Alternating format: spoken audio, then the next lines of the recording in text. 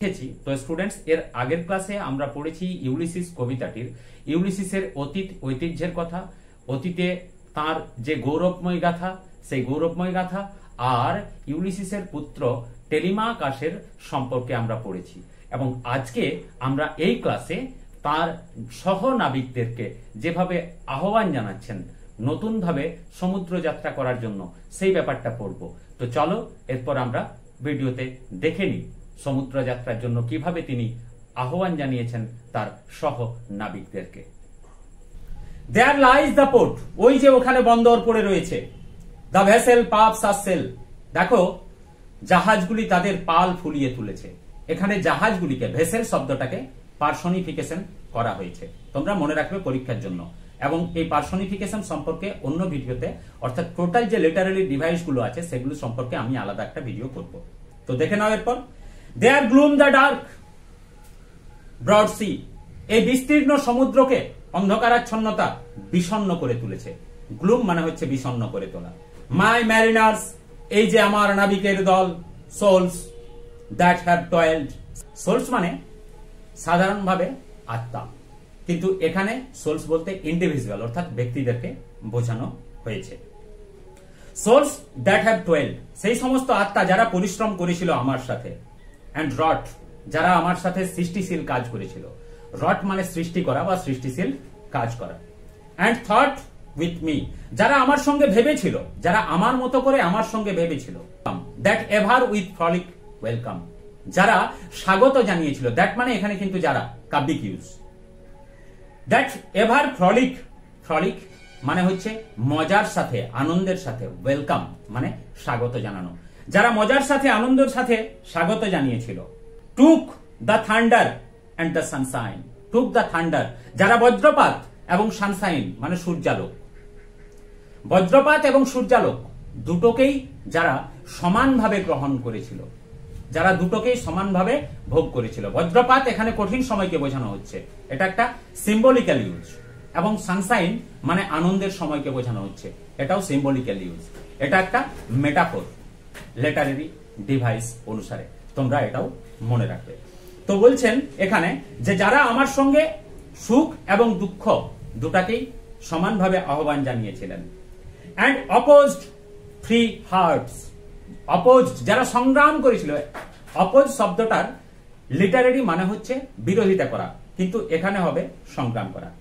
And opposed free hertz, যারা মুক্ত হৃদয়ে সংগ্রাম করেছিল।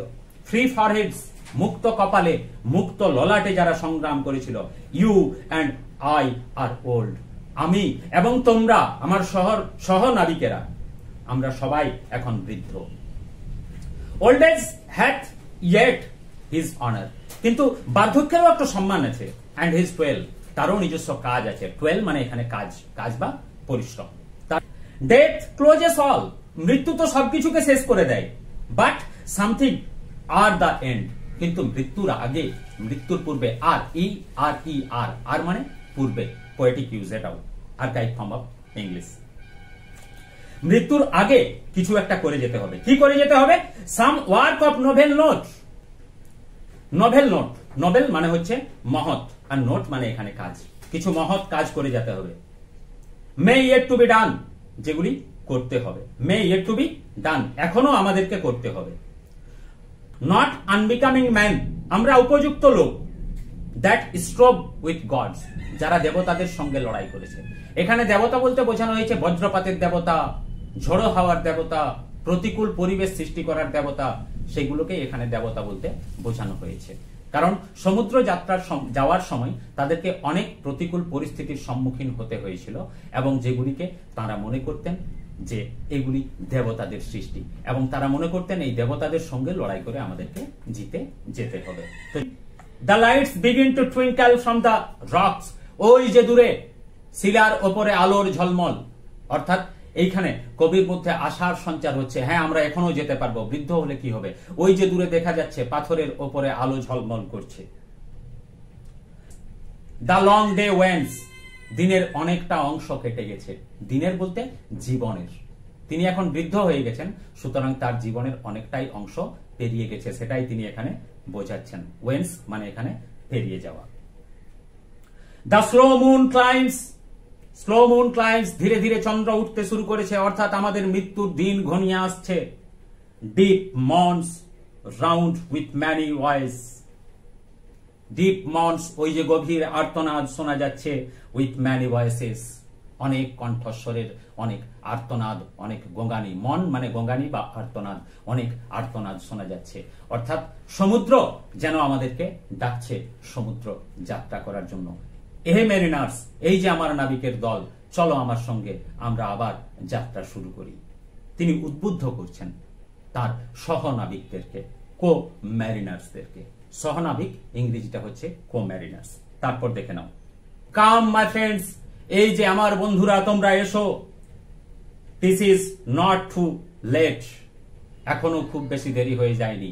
এই যে লাস্ট অংশটা দিস ইজ না, এটা হবে this is, archaic form of English and poetic use. This is not too late, এখনো খুব বেশি দেরি হয়ে যায়নি। To seek a newer world, একটা নতুন জগৎ খুঁজতে চলো আমরা বেরিয়ে পড়ি। এখনো আমাদের খুব বেশি দেরি হয়ে যায়নি, এখনো আমাদের হাতে মৃত্যুর আগে পর্যন্ত অনেকটা সময় বেঁচে আছে। হে সহনাবিকের দল, চলো আমরা নতুন জগতের সন্ধানে বেরিয়ে পড়ি। খুব সুন্দরভাবে লিখেছেন আলফ্রেড টেনিসন ইউলিসিসের কথাগুলি। পুশ আপ, চলো যাত্রা শুরু করি। সিটিং ওয়েল ইন অর্ডার, চলো আমরা সারিবদ্ধভাবে বসি। স্মাইট, আঘাত করতে থাকি।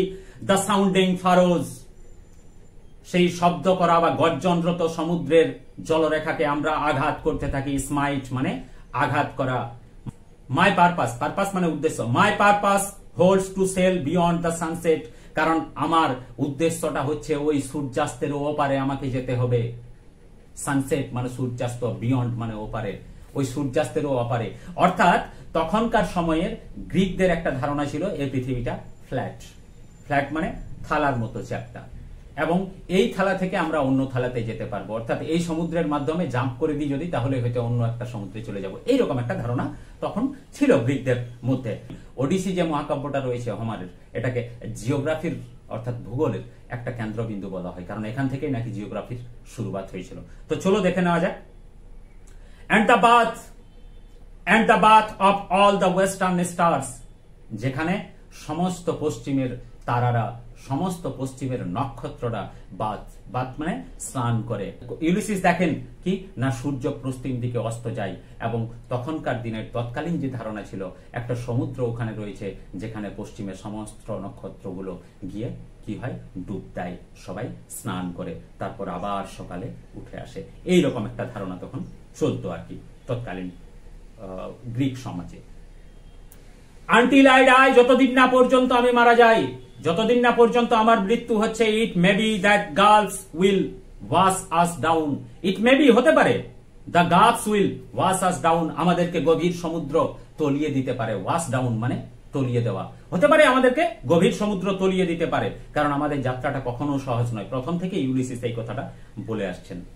ইট may be shall touch the happy isles, অথবা এমনও হতে পারে, দুটোরই সম্ভাবনা রয়েছে, খারাপও হতে পারে ভালো হতে পারে। যদি ভালো হয় সেক্ষেত্রে কি হতে পারে না, আমরা happy আইলস is equal to heaven. Happy আইলস হচ্ছে স্বর্গ, গ্রিকদের স্বর্গকে বলা হয় হ্যাপি আইলস। খ্রিস্টানরা যেটাকে স্বর্গ বলে, হেভেন বলে, সেই হেভেনটাকেই হ্যাপি আইলস বলা হয় গ্রিকদের ধারণা অনুসারে। And see the great Achilles, আমরা সেখানে দেখতে পাবো কাকে, গ্রেট আকিলিস, মহান বীর যোদ্ধা আকিলিসকে, যিনি ট্রয়ের যুদ্ধে জীবন দিয়েছিলেন।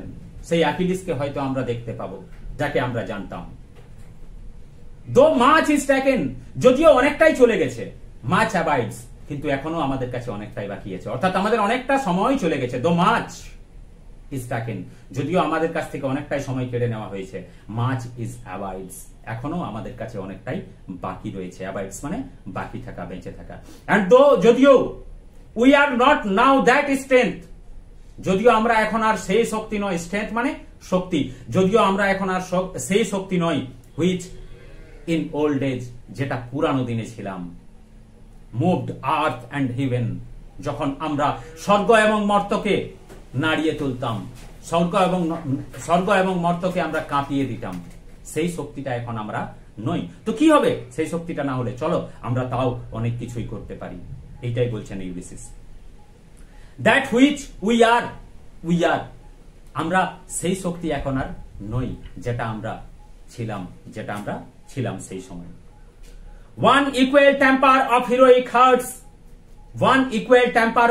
হার্টস, কিন্তু আমাদের এখনো সেই মানসিক শক্তি রয়েছে। টেম্পার মানে মানসিক শক্তি, অফ হিরোইক হার্টস বিরচিত হৃদয়ের, বীরের হৃদয়ে যে মানসিক শক্তি থাকে, যে টেম্পার থাকে, যে মেজাজ থাকে, সেই মেজাজ তো আমাদের কাছে এখনো আছে। সেই মেজাজ দিয়েই আমরা উত্তোলিত হতে পারবো। কি হবে? আমাদের শারীরিক শক্তি নেই তো, প্রকৃতি আমাদেরকে বৃদ্ধ করে দিয়েছে, তো তাতে কোনো ক্ষতি নেই। আমাদের মানসিক শক্তি দিয়ে আমরা যেতে পারবো। আমাদের যে হিরোইক হার্ট রয়েছে সেই হার্ট দিয়ে আমরা এগিয়ে যেতে পারবো। তারপর দেখে নাও কি বলছেন। Made weak by the time and fate, এই যে শরীর, এটা মেড উইক, এটাকে তো কি করা হয়েছে? দুর্বল করে দেওয়া হয়েছে। অ্যান্ড ফেট, আমাদেরকে প্রকৃতির দ্বারা এবং ভাগ্যের দ্বারা, ফেট মানে হচ্ছে ভাগ্য এবং প্রকৃতির দ্বারা এখন দুর্বল করে দেওয়া হয়েছে। অর্থাৎ এই শরীরটার ধর্মই সেটা। ভাগ্য এবং প্রকৃতি দুটো জিনিস মিলে আমাদের এই শরীরকে কি করে? দুর্বল করে তোলে। তাতে কি হয়েছে? বাট স্ট্রং ইন উইল, কিন্তু স্ট্রং, আমরা এখনো শক্তিশালী আছি ইন উইল মানে হচ্ছে ইচ্ছা শক্তি। ইচ্ছা শক্তির দিক থেকে এখনো আমরা স্ট্রং আছি, শক্তিশালী আছি। Strive, to seek, to find, two strive, চলো আমরা কঠোর পরিশ্রম করি। দেখো এই শব্দগুলি একটার পর একটা শব্দ ধীরে ধীরে উৎসাহের দিকে বাড়ছে। দেখো কেমন ভাবে না, টু স্ট্রাইভ, চলো আমরা কঠোর পরিশ্রম করি। টু সিক, চলো আমরা খুঁজে বেড়াই। টু ফাইন্ড, চলো আমরা খুঁজে বের করি। অ্যান্ড নট টু ইয়েল্ড, আমরা কোনোভাবেই চলো আত্মসমর্পণ না করি। অর্থাৎ আমরা কোনোভাবেই আত্মসমর্পণ করব না।